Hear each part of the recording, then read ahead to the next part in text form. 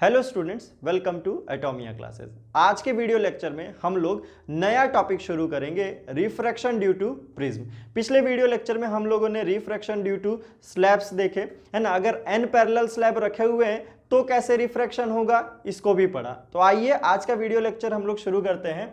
हमारा topic of discussion है आज का प्रिज्म। तो सबसे पहले तो ये देखते हैं कि प्रिज्म होता कैसे है ना। हालांकि आप लोगों ने 10th क्लास में भी पढ़ा, एक्सपेरिमेंट भी किया होगा प्रिज्म पे। तो प्रिज्म कैसा होता है, अगर एक 3D व्यू बनाते हैं हम लोग छोटा सा प्रिज्म का, तो कैसा बनेगा देखिए।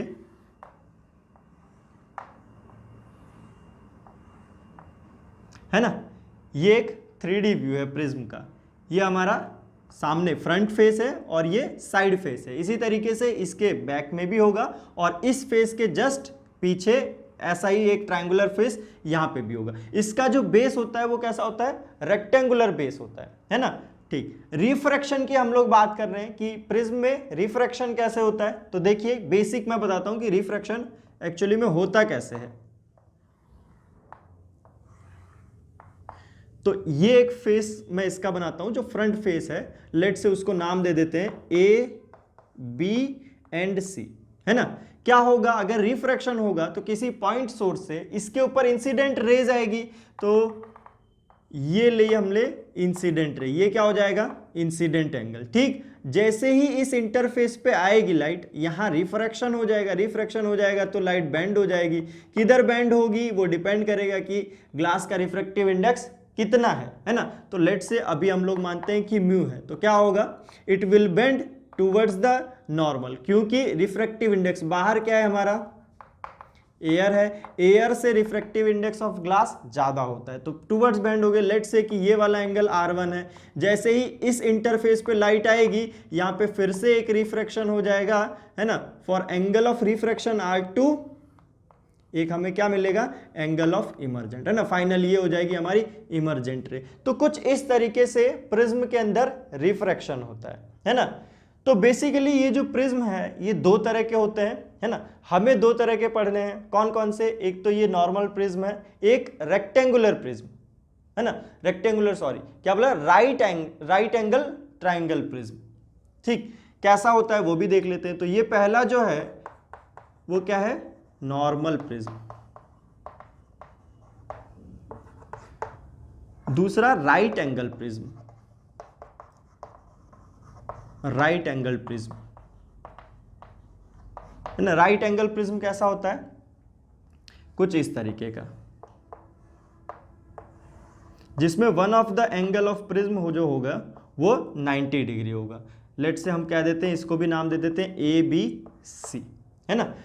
राइट एंगल प्रिज्म हो या नॉर्मल प्रिज्म हो, है ना, डेली फिजिकल लाइफ में इसका बहुत ज़्यादा इंपॉर्टेंस है, काफ़ी ज़्यादा यूज़ होता है ना। अगर हम लोग डायरेक्टली यूज़ की बात करें तो क्या होता है कि लाइट रे को डेविएट करने में प्रिज्म के बहुत बड़ा रोल रहता है। जैसे कि, है ना, एक राइट एंगल प्रिज्म लिया, लाइट को 90 डिग्री रोटेट करना है, तो देखिए क्या होगा। ये एक प्रिज्म लिया हम लोगों ने, है ना। लेट से कि इसके इस सरफेस से, है ना, इस वाले सरफेस से लाइट इंसिडेंट हुई, क्योंकि नॉर्मली इंसिडेंट रे हो रही है तो अनडेविएटेड प्रिज्म के अंदर पास हो जाएगी। जैसे ही इस सरफेस पे आएगी, इसका टोटल इंटरनल रिफ्लेक्शन हो जाएगा, है ना। पिछले वीडियो लेक्चर में आप लोगों ने देखा कि टोटल इंटरनल रिफ्लेक्शन कैसे होता है। तो यहाँ पे टोटल इंटरनल रिफ्लेक्शन होगा और फॉर एंगल ऑफ इंसिडेंस कुछ हमें एंगल ऑफ रिफ्रैक्शन मिल जाएगा, है ना। तो इस केस में देखिए क्या हुआ, लाइट इस तरीके से इंसिडेंट थी और 90 डिग्री रोटेट हो गई, 90 डिग्री बेंड हो गई। तो जहां पे भी लाइट को हमें 90 डिग्री रोटेट करना होगा, है ना, लाइट के पाथ को, हम ये राइट एंगल प्रिज्म यूज कर सकते हैं। अच्छा, और भी कई जगह पे यूज कर सकते हैं। मान लो 180 डिग्री रोटेट करना है, तो 180 डिग्री कैसे रोटेट होगा देखिए।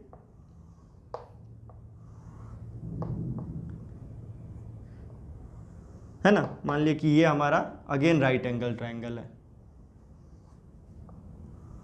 ये कुछ इस तरीके से। ठीक, ये एंगल जो है वो राइट एंगल है।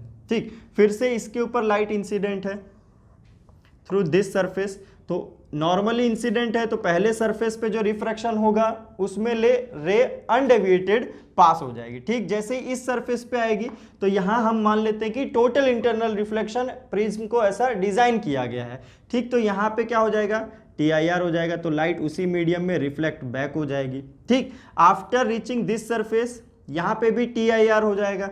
TIR होगा तो लाइट रे, है ना, कुछ एंगल ऑफ इंसिडेंस के करस्पॉन्डिंग एंगल R बन जाएगा।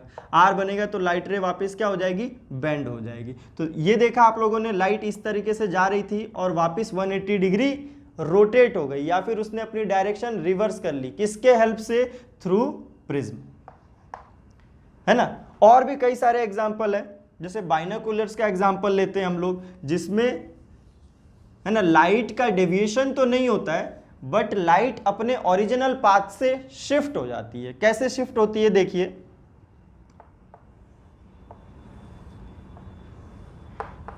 है ना, ये इस सरफेस पे इस तरीके से एक लाइट इंसिडेंट है, दिस इज इंसिडेंट रे, यहां से इस तरीके से पास कराते हैं हम लोग। एक प्रिज्म यहां पे भी रख देते हैं, है ना, ये वाला जो एक्सपेरिमेंट है 2 प्रिज्म को यूज करते हुए होता है। फिर से यहाँ पे रिफ्रैक्शन होगा, लाइट अनडेविएटेड पास हो जाएगी, इस सरफेस पे क्या हो जाएगा, टोटल इंटरनल रिफ्लेक्शन हो जाएगा, है ना।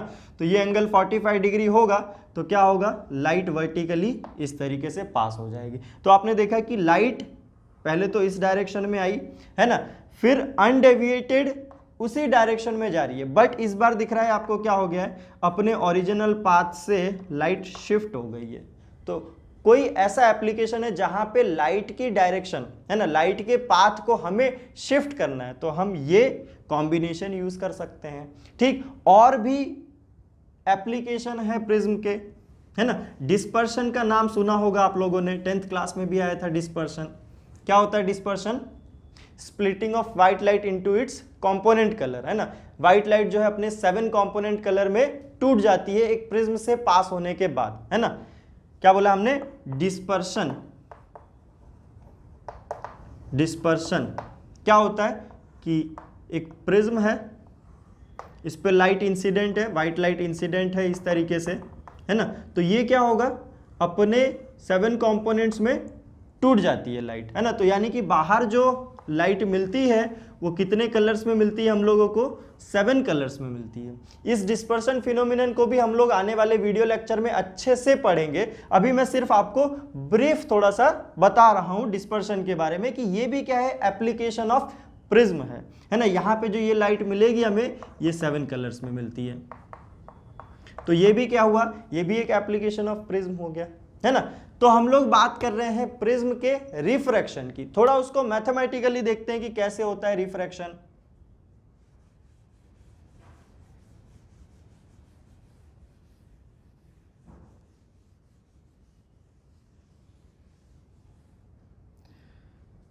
तो एक प्रिज्म कंसीडर करते हैं हम लोग, ये प्रिज्म ले लिया हम लोगों ने, ठीक, ये हमारा प्रिज्म हो गया। लेट से नाम दे देते A, B and C। Basically it is front face of the prism, है ना, जो ट्रायंगुलर फेस होता है वो है। ठीक, लाइट इसके ऊपर इंसिडेंट होगी, ये मान लिया हमने लाइट इंसिडेंट है, ये इसका नॉर्मल है, किसका, AB सरफेस का। ठीक, तो ये क्या हो जाएगा, एंगल I।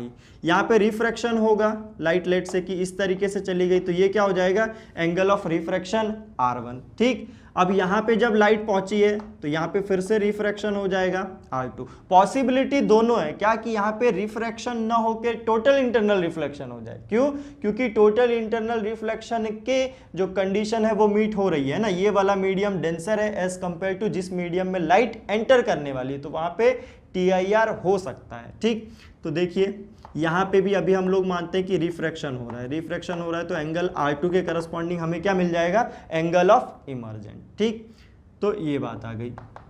अब इसमें कुछ, है ना, स्पेशल पैरामीटर्स होते हैं, 2 स्पेशल पैरामीटर्स है। क्या, एक तो हम लोग बोलते हैं एपेक्स एंगल, एपेक्स एंगल, है ना, या फिर angle of prism, angle of prism.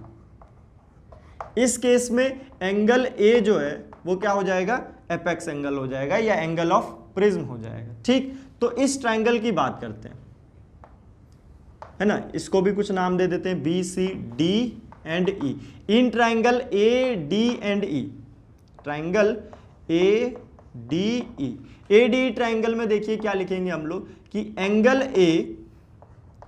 A plus, है ना, ये वाला एंगल, तो ये वाला एंगल देखिए क्या होगा, ये अगर R1 है ना, और ये 90 डिग्री है, तो ये कितना बचा 90 माइनस R1।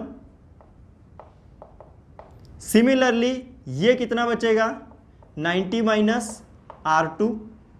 ठीक, बाय ज्योमेट्री हम लोग लिख सकते हैं क्या, 90 minus R1 plus 90 minus R2, सम कितना आ जाएगा ट्राइंगल के एंगल का 180 डिग्री। सॉल्व करेंगे क्या मिलेगा, एंगल ए प्लस, है ना, माइनस लिख लेते हैं, minus R1 plus R2 will be equal to क्या हो जाएगा 0।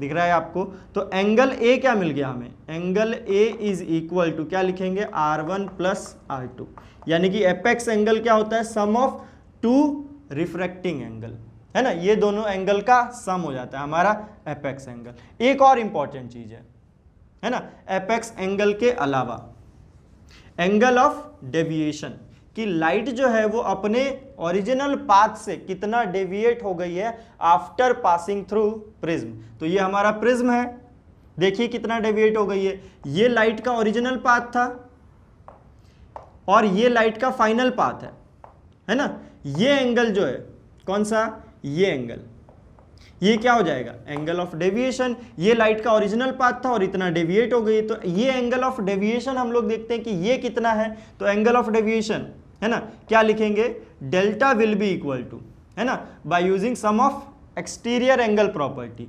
क्या होगा इस ट्राइंगल में, देखिए delta will be equal to this angle plus this angle.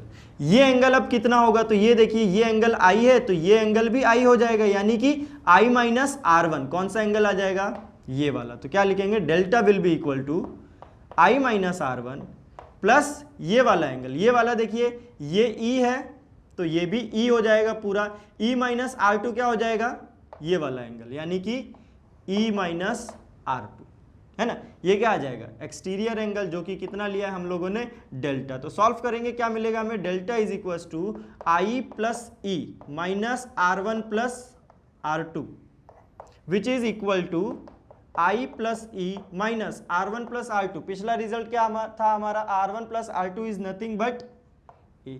तो हम लोगों ने एक और एक्सप्रेशन निकाल दिया किसका, डेल्टा का, यानी कि angle of deviation of light, है ना। ये दोनों ही पैरामीटर बहुत ही इंपॉर्टेंट है हमारे लिए जब भी हम डील कर रहे हैं एक प्रिज्म में रिफ्रैक्शन को। ठीक, अब ये जो एंगल ऑफ डेविएशन है ना, इसमें कंडीशन पूछी जाती है कि क्या कंडीशन होगी जिसमें एंगल ऑफ डेविएशन मैक्सिमम होगा, क्या कंडीशन होगी जिसमें एंगल ऑफ डेविएशन मिनिमम होगा। क्योंकि देखिए ये जो एंगल ऑफ डेविएशन है, हमारा मुद्दा प्रिज्म को यूज करने के लिए हमने क्या बताया कि एप्लीकेशन लाइट को डेविएट करना, यही तो है एंगल ऑफ डेविएशन जो बता रहा है कि लाइट कितना डेविएट हो गई। तो इस डेविएशन की बात आ जाएगी कि ये कब ज्यादा होगा और ये कब कम होगा। तो आइए उन कंडीशन को देखते हैं, है ना, इस डायग्राम को लिख लीजिए, हम लोग कंडीशन को देखते हैं। तो कंडीशन चेक करते हैं हम लोग, है ना, कौन सी दो कंडीशन है। तो पहला तो हम लोगों ने लिखा कि डेल्टा जो है this is equal to I plus E minus A, है ना। अब पहली कंडीशन लिखते हैं, condition 1, first condition for delta maximum, है ना, यानी कि मैक्सिमम एंगल ऑफ डेविएशन के लिए देखते हैं कि क्या कंडीशन आएगी। ठीक, आइए देखते हैं।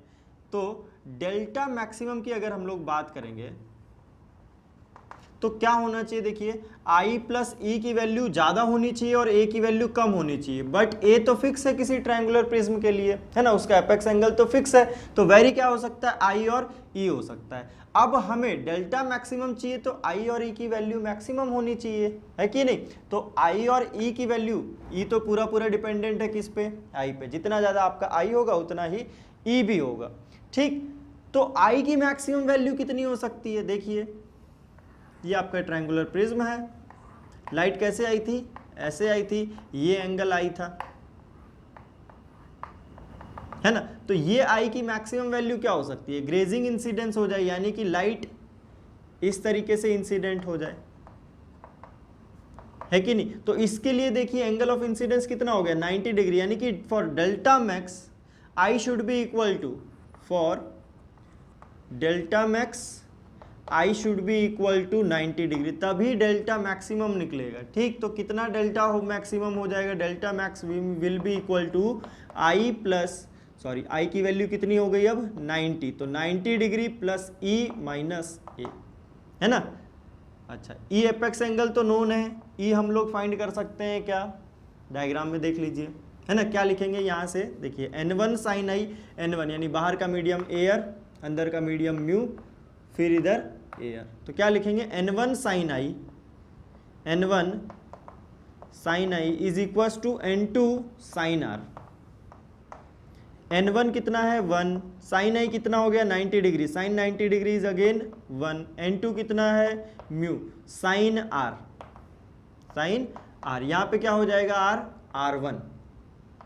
r1, ठीक। इस वाले के लिए क्या लिखेंगे कि म्यू इंटू, ये पहले सरफेस के लिए, दूसरे सरफेस पे लिखेंगे फॉर फर्स्ट सरफेस, यहां लिख देता हूं मैं for first surface. For second surface क्या लिखेंगे हम लोग, mu into sine r2 will be equal to 1 into sine E, ये लिखेंगे for second surface.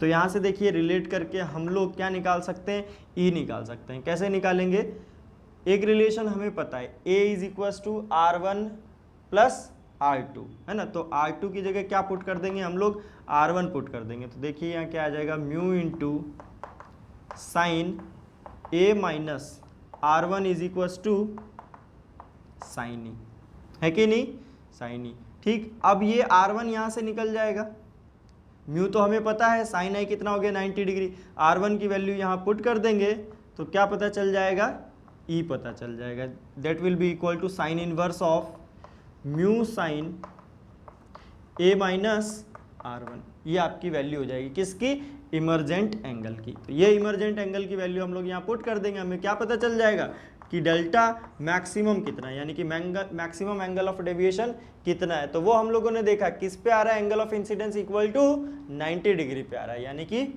Grazing incidence. ये जो केस है इसको स्पेशल नाम दिया गया है, क्या, ग्रेजिंग इंसिडेंस। लाइट जो है वो प्रिज्म को ग्रेस करते हुए जा रही है, ग्रेजिंग इंसिडेंस। ठीक, ये हुआ पहला केस। दूसरा केस देखते हैं हम लोग, दूसरा केस क्या हो जाएगा, डेल्टा मिनिमम के लिए, कि क्या कंडीशन होनी चाहिए कि जो डेविएशन है वो मिनिमम हो जाए, है ना। तो आइए मिनिमम के लिए देखते हैं, कंडीशन फॉर डेल्टा मिनिमम, यानी कि angle of deviation is minimum, इसको भी समझते हैं। ये हमारा राइट है ना, triangular prism, incident ray, incident angle, ये हो गया रिफ्रैक्शन, रिफ्रैक्शन के बाद ये इमर्जेंट एंगल और ये इमर्जेंट रे। ठीक, ये एंगल r1, ये एंगल r2, ओके। ठीक, डेल्टा मिनिमम के लिए अब देखिए हम लोगों ने डेल्टा लिखा है i प्लस ई माइनस ए। ठीक, डेल्टा मिनिमम चाहिए, यानी कि i और e मिनिमम होना चाहिए। ठीक, लेकिन क्या ये सही बात है कि i और e मिनिमम हो जाएंगे एक साथ, है ना। देखते हैं, तो यहाँ i को हम मिनिमम करते हैं, for example i equal to 0 कर लेते हैं। तो क्या i इक्वल टू 0 पे कोई केस बन सकता है, देखिए यहाँ से क्या हो जाएगा, यहाँ से बिल्कुल रे, है ना, नॉर्मली अंदर एंटर कर जाएगी, फिर ये क्या हो जाएगी, हो सकता है यहाँ पे आ जाए, यहाँ पे हो सकता है कि फिर TIR हो जाए या फिर रिफ्रैक्शन हो जाए। तो रिफ्रैक्शन भी होगा तो, है ना, एंगल ऑफ डेविएशन तो कुछ ना कुछ मिल ही जाएगा हमें, है कि नहीं, दिख रहा है आपको। तो I को कुछ ऐसा रखेंगे हम लोग कि उसके साथ साथ E भी मिनिमम आ जाए। तो I को बढ़ाएंगे तो E बढ़ जाएगा, ये तो देख लिया हम लोगों ने। I इक्वल टू 0 नहीं कर सकते हैं, है ना, क्योंकि I इक्वल टू 0 पे भी हमें डेविएशन मिलेगा, है ना। हो सकता है कि TIR हो जाए तो डेविएशन ज़्यादा मिल जाएगा, हमें क्या करना है, डेविएशन मिनिमम करना है। तो मिनिमम डेविएशन के लिए हम I को ऐसा एडजस्ट करेंगे, है ना, कि E जो एंगल निकल रहा है वो E एंगल क्या हो जाए, I के बराबर हो जाए, यानी कि for minimum deviation I is equal to E, क्योंकि आई हम लोग बढ़ा रहे हैं तो ई बढ़ रहा है ना। आई को बहुत कम नहीं कर सकते हैं, बहुत कम करेंगे तो फिर से इमर्जेंट एंगल बढ़ जाएगा, तो उस केस के लिए भी सही नहीं है। तो हमें क्या करना पड़ेगा, आई और ई को एडजस्ट करना पड़ेगा। किस तरीके से एडजस्ट करना पड़ेगा कि आई और ई दोनों क्या हो जाए, बराबर हो जाए, यानी कि डेल्टा मिनिमम के लिए I should be equal to E होना चाहिए। ठीक, अगर आई ई के बराबर हो गया तो देखिए डेल्टा मिनिमम क्या आएगा, आई प्लस आई 2i माइनस ए, ये आ जाएगा डेल्टा मिनिमम, है ना। यानी कि यहाँ से अगर एंगल ऑफ इंसिडेंस की बात करें तो वो क्या आ जाएगा, delta minimum plus A divided by 2, है ना। ये किसकी कंडीशन हो गई, ये मिनिमम एंगल ऑफ डेविएशन के लिए। हमने क्या कहा कि एंगल ऑफ आई, है ना, इंसिडेंस को इस तरीके से एडजस्ट रखना पड़ेगा, यानी कि एक पर्टिकुलर वैल्यू हमें रखनी पड़ेगी जिसके लिए एमर्जेंट एंगल ऑफ इंसिडेंस के बराबर हो जाए, यानी कि condition for delta minimum is I equal to E, है ना। इसको ग्राफिकली भी हम लोग एक्सप्लेन करेंगे, ये तो था थियोरेटिकल पार्ट।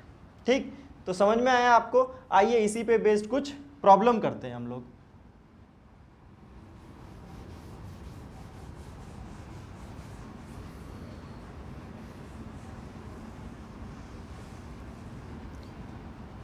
ठीक, तो प्रॉब्लम है कि angle of deviation, for example sir ये एसी बंद कीजिए, तो बंद मतलब अच्छा बंद कर दिए, चलिए ठीक है।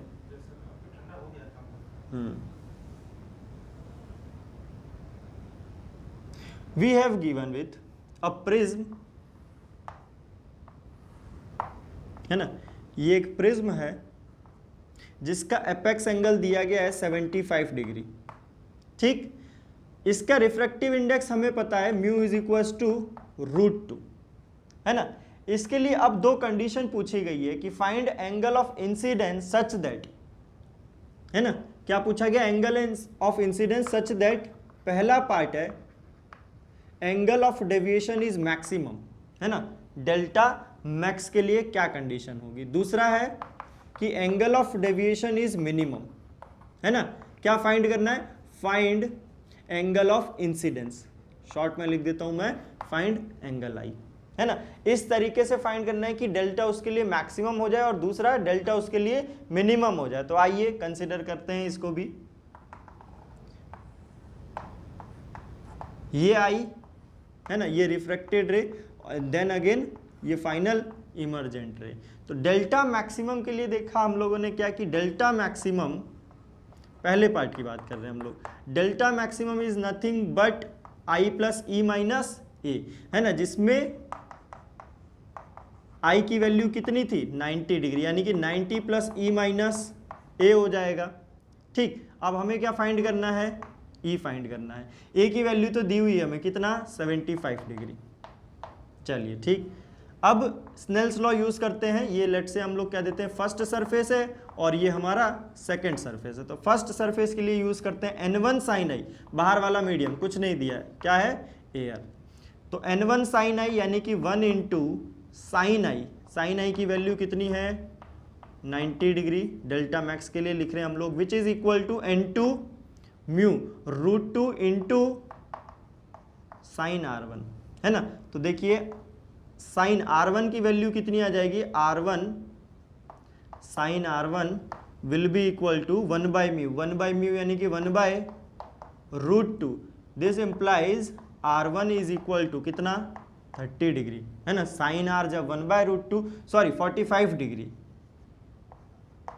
है ना, r1 कितनी वैल्यू आई 45 डिग्री। ठीक, ये तो r1 की वैल्यू आई, r2 क्या हो जाएगा, तो हमें एक और रिलेशन पता है कि a will be equal to r1 plus r2, implies r2 कितना हो जाएगा a माइनस r1, a कितना दिया हुआ है 75, r1 कितना आया 45, यानी कि r2 की वैल्यू कितनी आई 30 डिग्री आ गई, है ना। वैल्यू पुट की हम लोगों ने सिंपली a और r1 की, तो r2 की वैल्यू आ गई 30 डिग्री। फिर से स्नेल्स लॉ यूज करते हैं, कहाँ पे, सेकंड सरफेस पे। ये था फर्स्ट सरफेस के लिए, अब है सेकंड सरफेस के लिए। सेकंड सरफेस के लिए लिखेंगे हम लोग n1 साइन आई, तो n1 क्या हो जाएगा √2 साइन आई, आई क्या हो जाएगा इस बार r2, यानी कि n1 √2 इंटू साइन 30 डिग्री, है ना, सेकेंड सरफेस पे, is equal to n2 sine r, n2 क्या हो जाएगा 1, r क्या है यहाँ पे इमरजेंट एंगल दिख रहा है आपको, यानी कि साइन e, सॉल्व कर देते हैं, क्या आ जाएगा sine 30 is half, √2 by half, यानी कि कितना आ गया 1/√2 is equal to sine E, implies E equal to कितना आ गया 45 डिग्री, है ना। तो अब ई की वैल्यू आ गई, हमें क्या करेंगे इसमें पुट कर देंगे, है ना। तो डेल्टा मैक्सिमम की वैल्यू आ जाएगी कितनी, delta maximum will be equal to 90 plus E 45 minus 75 degree, ठीक, ये कितना आ जाएगा -30, यानी कि 90 माइनस 30 60 डिग्री, ये क्या आ गया डेल्टा मैक्सिमम, है ना, डेल्टा मैक्सिमम यानी कि ये एंगल,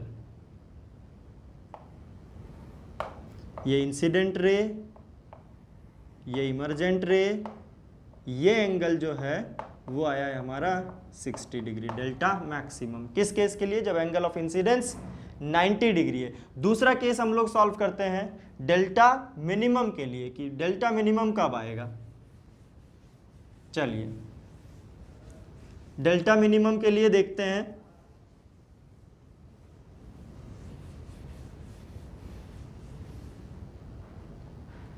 डेल्टा मिनिमम के लिए क्या कंडीशन लिखी हम लोगों ने कि फॉर डेल्टा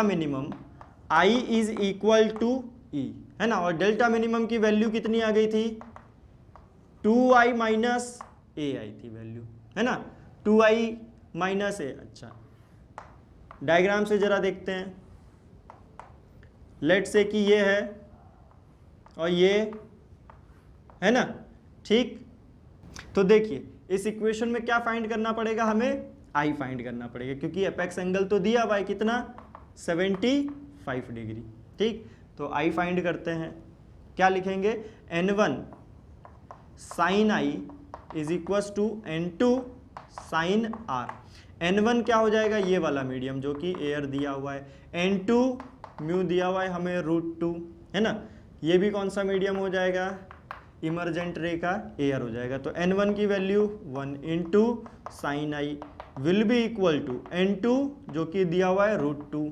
इंटू अब साइन आर, इसमें r1 हमें फाइंड करना पड़ेगा इस वाले सरफेस पे, है ना, तो एक सिंपल सा रिलेशन है हमारे पास a is equal to r1 plus r2, है ना, मिनिमम डेविएशन में i इक्वल टू ई है तो r1 इक्वल टू r2 हो जाएगा, है ना, principle of reversibility, r1 equal to r2 किसके लिए डेल्टा मिनिमम वाली कंडीशन से, r1 इक्वल टू r2, यानी कि a इज इक्वल टू क्या हो जाएगा 2r, तो r की वैल्यू कितनी आ गई a/2, यानी कि a कितना दिया हुआ है 75 divided by 2 which is equal to 37.5, है ना, r की वैल्यू यहाँ यूज कर लेते हैं साइन 37.5, तो sine I will be equal to √2 into sine 37.5, है ना, एग्जैक्ट वैल्यू हम लोग कैलकुलेटर से चेक कर सकते हैं या फिर हमें क्वेश्चन में प्रोवाइडेड होगा कि साइन 37.5 कितना होता है, अभी हम लोग कैलकुलेशन के लिए अप्रॉक्सीमेटली इसको क्या लिख सकते हैं साइन 37, तो ये कितना आ जाएगा √2 इंटू साइन 37 की वैल्यू कितनी होती है 3/5, तो ये कितना आ गया 3√2/5, है ना, साइन की वैल्यू, तो I is equal to sine inverse of 3√2/5, अब I हमें पता चल गया, I पता चल गया तो डेल्टा मिनिमम भी पता चल जाएगा, कितना आएगा delta minimum will be equal to 2 into sine inverse 3√2/5, है ना, ये हो गई किसकी 2i की वैल्यू माइनस ए कितना दिया हुआ है 75 डिग्री, तो ये क्या आ जाएगा हमारा डेल्टा मिनिमम आ जाएगा, ठीक, तो डेल्टा मैक्सिमम और डेल्टा मिनिमम कैसे निकाला हम लोगों ने देखा आपने। आइए एक और क्वेश्चन सॉल्व करते हैं प्रिज्म पे बेस्ड।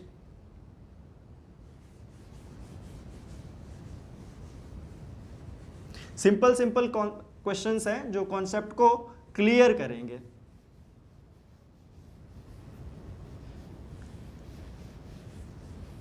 तो अभी तो हम लोगों ने जस्ट प्रिज्म स्टार्ट किया। प्रिज्म बहुत इंटरेस्टिंग टॉपिक है ना। हमें अभी आप लोगों को कम से कम 3 लेक्चर देखने पड़ेंगे प्रिज्म पे, ताकि आप लोग अच्छे से अच्छे क्वेश्चंस को भी सॉल्व कर पाए। ठीक, अभी क्या है, बेसिक बेसिक क्वेश्चन सॉल्व कर रहे हैं हम लोग। Next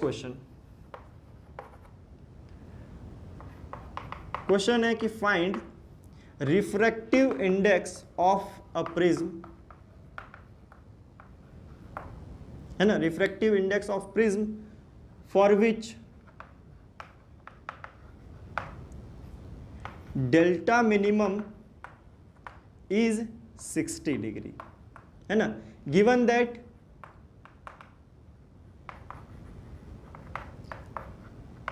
prism is equilateral triangular prism. ठीक, क्या मतलब है इसका कि जो इसका फ्रंट फेसिंग साइड है ना, ये फ्रंट फेसिंग साइड है, ये इक्विलेटरल है। ठीक, आइए सॉल्व करते हैं। तो एपेक्स एंगल की बात करते हैं। एपेक्स एंगल कितना हो जाएगा इस इक्विलेटरल ट्रायंगल में, 60 डिग्री हो जाएगा, है ना। एपेक्स एंगल पता चल गया। दिया गया है डेल्टा मिनिमम, है ना। तो डेल्टा मिनिमम से हम लोग क्या लिख सकते हैं कि डेल्टा मिनिमम कितना होता है, 2y माइनस a होता है ना।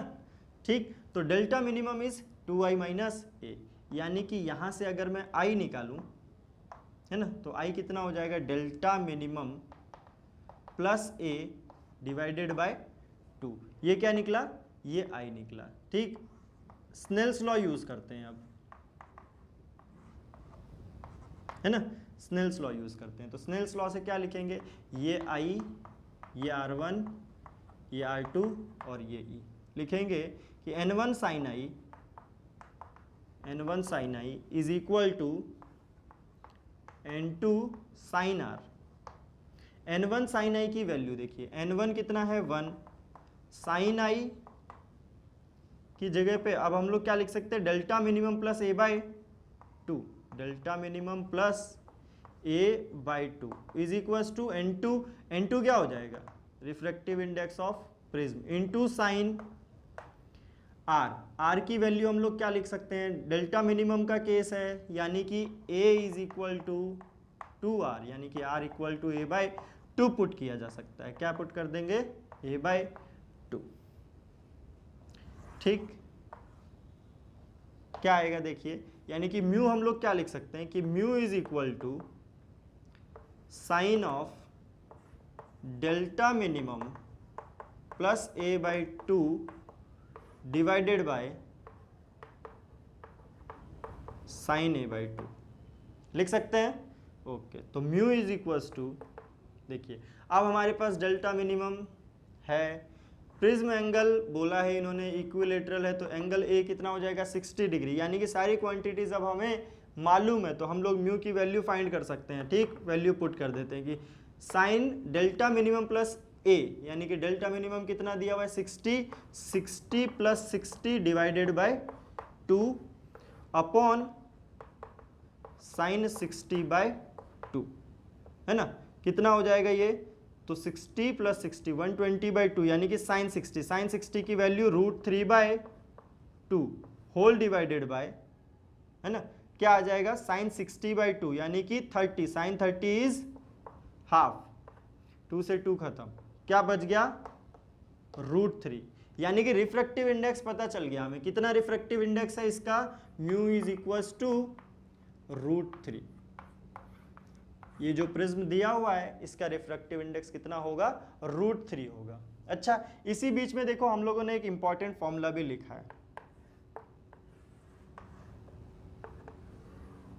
है ना, डेल्टा मिनिमम और ए के टर्म्स में refractive index of prism, refractive index of prism, है ना। इसको प्रिज्म मेकर फॉर्मूला भी बोलते हैं कि डेल्टा मिनिमम, है ना, निकाल के एंगल ऑफ प्रिज्म सेट करके हम देखते हैं कि उसका म्यू कितना होगा, है ना। एक पर्टिकुलर म्यू बनाने, प्रिज्म बनाने का ये फॉर्मूला होता है कि इस प्रिज्म को कैसे हम लोग डिजाइन करेंगे। ठीक, तो हम लोगों ने रिफ्रैक्टिव इंडेक्स ऑफ प्रिज्म के लिए भी एक फॉर्मूला निकाला। ठीक, ओके, इसको मिटाते हैं और आगे बढ़ते हैं।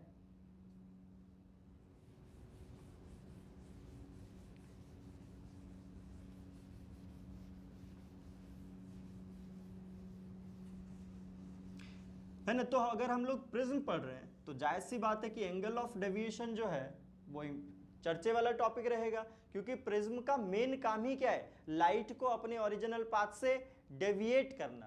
ठीक, तो आइए एक ग्राफ देखते हैं हम लोग।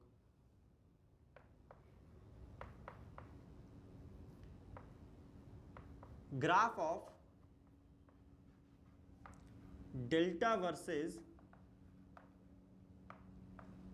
Angle of incidence, angle of incidence. ठीक, यानी कि डेल्टा वर्सेस आई का हम लोग ग्राफ देखना चाह रहे हैं। ठीक, तो डेल्टा का जनरल एक्सप्रेशन हम लोगों ने लिखा कि आई प्लस ई माइनस ए, ये डेल्टा है। ठीक, आइए प्लॉट करते हैं डेल्टा और आई का ग्राफ। तो ग्राफिकली अगर हम लोग इसको प्लॉट करें तो ग्राफ कुछ ऐसा आता है।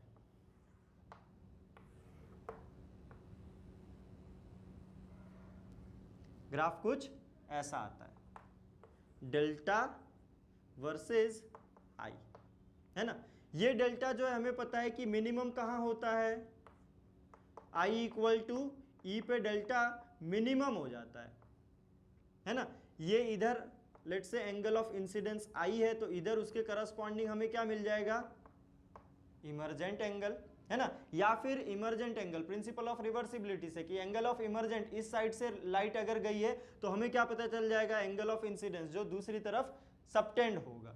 ठीक, तो ये दिख रहा है हमें, ये जो पॉइंट होगा ये कौन सा पॉइंट होगा, डेल्टा मिनिमम के लिए क्या कंडीशन है, at this point I is equal to E हो जाएगा, है ना। और मैक्सिमम डेविएशन जो है, डेल्टा मैक्सिमम जो है, तो डेल्टा मैक्सिमम हमें कहाँ मिलता है, आई इक्वल टू 90 डिग्री पे मिलता है ना। इधर से आई इक्वल टू 90 डिग्री हम लोग बोले या ई इक्वल टू 90 डिग्री, बात बराबर है, उस तरफ से इंसिडेंट हो या फिर इस तरफ से इंसिडेंट हो, है ना।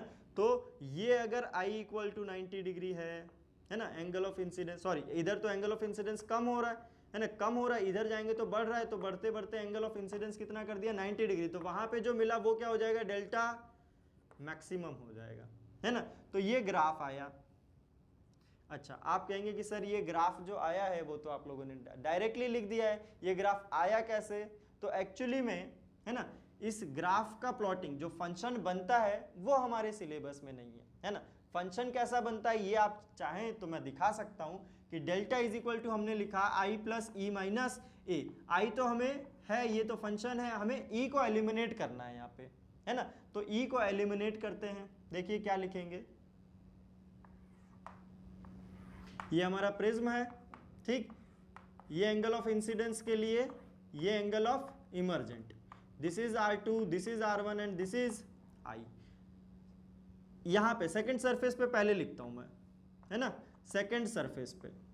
तो सेकंड सरफेस पे क्योंकि हमें E निकालना है इसलिए मैं लिख रहा हूं, क्या लिखेंगे, यहां पे अगर रिफ्रैक्शन लिखेंगे तो मैं लिखूंगा mu into sine R2 is nothing but 1 into sine ई।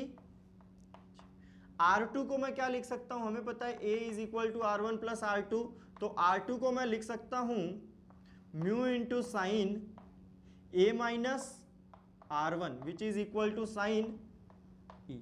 ठीक, अब साइन E किसके टर्म्स में आ गया, R1 के टर्म्स में आ गया, तो हमें R1 को एलिमिनेट करना पड़ेगा इन टर्म्स ऑफ I। तो एक और बार रिफ्रैक्शन लगाते हैं, कहां पे, फर्स्ट सरफेस पे, फर्स्ट सरफेस पे रिफ्रैक्शन लगाएं, क्या आएगा, 1 into sine E is equal to mu into sine R1 की वैल्यू क्या आ गई, mu 1/μ sine E by mu, है ना। साइन इनवर्स ऑफ ये E है, ओके। तो E की वैल्यू निकालनी है, सॉरी मैं R की वैल्यू निकाल रहा हूं, है ना। क्या लिखेंगे हम लोग E के लिए कि R1 will be equal to E will be equal to mu sine R1, है ना। किसका रिवर्स हो जाएगा, साइन E है तो E will be equal to sine inverse of this. ये क्या आ गया, E की वैल्यू आ गई, ठीक। अब यहां पे क्या करेंगे हम लोग, R1 की वैल्यू पुट कर देंगे, कहां से, तो यहां से, है ना। ओह यहाँ पे कुछ गड़बड़ कर दी हम लोगों, क्या फर्स्ट सरफेस है तो फर्स्ट सरफेस पे E नहीं है, क्या है, I है, सॉरी। तो 1 into sine I is equal to mu into sine R. तो यहां पे क्या लिखेंगे हम लोग, है ना, यहां क्या लिख देंगे, देखिए कि R1 will be equal to sine inverse of sine I by mu, है ना।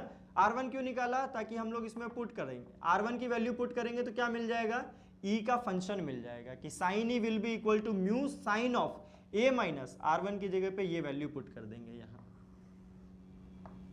तो अब अगर इसका ग्राफ प्लॉट करने को बोले तो मुझसे तो नहीं हो पाएगा। अगर आप लोग प्लॉट करते हैं, कर सकते हैं, तो प्लॉट करके देखिए, आ जाए तो अच्छी बात है ना।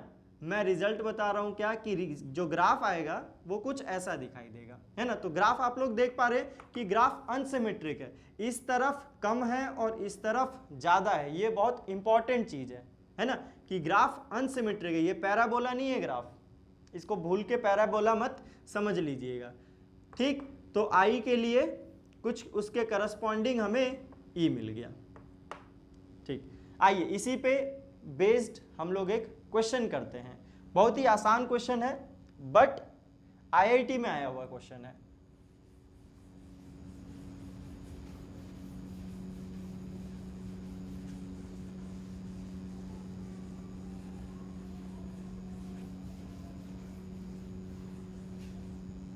उस वक्त जेई एडवांस या जेई मेंस नहीं था, उस वक्त सिर्फ आईआईटी जेई हुआ करता था, तब का क्वेश्चन है। क्या क्वेश्चन है कि, है ना, दिया हुआ है कि for an angle of incidence, for some angle of incidence, for an angle of incidence delta minimum is at 30 degree, है ना। मतलब क्या है इसका, ओह क्वेश्चन थोड़ा सा चेंज करना पड़ेगा हमें, है ना। क्या लिखेंगे कि for delta minimum of a prism, angle of incidence दिया हुआ है कि angle of incidence is 30 degree, है ना। पूछा क्या गया है आपसे कि for another I equal to 22 degree, है ना।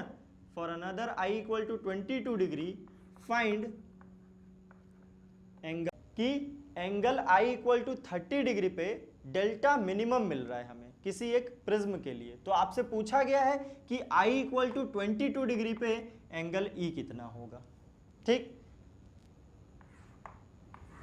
ये हमारा ट्रायंगुलर प्रिज्म, ये रिफ्रैक्शन को हम लोगों ने शो कर दिया, ठीक। तो अगर अब हम लोग एंगल E, है ना, एंगल I दिया हुआ है कितना, 22 डिग्री, स्नेल्स लॉ से यूज करते हुए करते हैं, ठीक। तो देखिए E फाइंड करने के लिए N1 चाहिए होगा इसका refractive index, but refractive index तो क्वेश्चन में दिया हुआ ही नहीं है। तब कैसे करेंगे क्वेश्चंस को, आइए। तो इस क्वेश्चन को करने के लिए ग्राफ का नॉलेज बहुत ज़्यादा इंपॉर्टेंट है ना, कि और बहुत ही लंबा होगा अगर इस प्रोसेस से करते हैं, है ना, रिफ्रैक्शन वाले तरीके से, जबकि ग्राफ बहुत ही इजी तरीका होगा। देखिए क्या दिया हुआ है आपको, डेल्टा मिनिमम दिया हुआ है कितना, I इक्वल टू 30 डिग्री के लिए। अच्छा, इस क्वेश्चन में 4 ऑप्शन थे, है ना, A B C and D, ये 4 ऑप्शन ही इंपॉर्टेंट, तभी ये क्वेश्चन कंप्लीट होगा। क्या क्या दिया हुआ है, 35 डिग्री, 37 डिग्री, 39 डिग्री और एक 32 डिग्री, ये 4 ऑप्शन दिए गए थे। ठीक, इन्हीं ऑप्शंस को देख के हमें सही ऑप्शन चूज करना था। ठीक, तो I इक्वल टू 30 डिग्री दिया हुआ है, इस पे क्या मिला है, डेल्टा मिनिमम मिला है। ठीक, ओके, आपसे पूछा गया है कि for I equal to 22 degree बताइए एंगल ऑफ इमर्जेंट कितना होगा। ओके, तो सही वैल्यू इनमें से चूज करनी थी हमें। ओके, देखते हैं। तो क्या कहा हमने कि ये वाला जो पोर्शन है और ये वाला पोर्शन है, दोनों सिमेट्रिक नहीं होते हैं। तो यानी कि I इक्वल टू 22 डिग्री के लिए डिफरेंस कितना है, देखिए 8 डिग्री का डिफरेंस है, यानी कि जो इमर्जेंट एंगल मिलेगा उसमें difference will be greater than 8 degree तो होना चाहिए अगर अनसिमेट्रिक है तो। इस तरफ वाला पोर्शन बड़ा है तो डिफरेंस जो है 8 डिग्री से ज़्यादा होना चाहिए, यानी कि एंगल ऑफ इमर्जेंट जो है वो कितना 38 डिग्री से ज़्यादा होना चाहिए भले कुछ भी वैल्यू, लेकिन उसकी मिनिमम कंडीशन तो हम लोग रीच कर दिए कि E should be greater than 38 degree, है कि नहीं। अब हम लोग क्या बोला मैंने कि ये वाला जो पोर्शन है इस वाले पोर्शन से छोटा होगा ना, अनसिमेट्रिक पोर्शन है।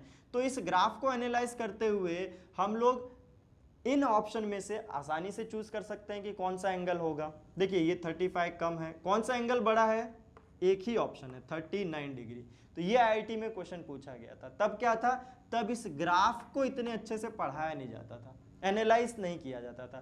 तो बच्चों ने क्या किया था कि रिफ्रैक्शन मैथमेटिकल तरीके से, है ना, स्नेल्स लॉ यूज करके क्वेश्चन को करने की कोशिश की थी।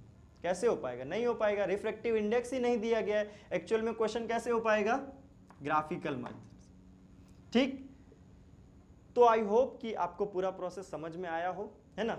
आज का वीडियो लेक्चर यहीं तक। नेक्स्ट वीडियो लेक्चर में हम लोग रिफ्रैक्शन ऑन प्रिज्म को कंटिन्यू करेंगे। और मैं बार बार कह रहा हूं कि आपको कम से कम प्रिज्म पे 3 वीडियो लेक्चर देखना पड़ेगा अच्छे से, ताकि आप प्रिज्म से रिलेटेड जो भी अच्छे क्वेश्चंस हैं उनको सॉल्व कर पाएं।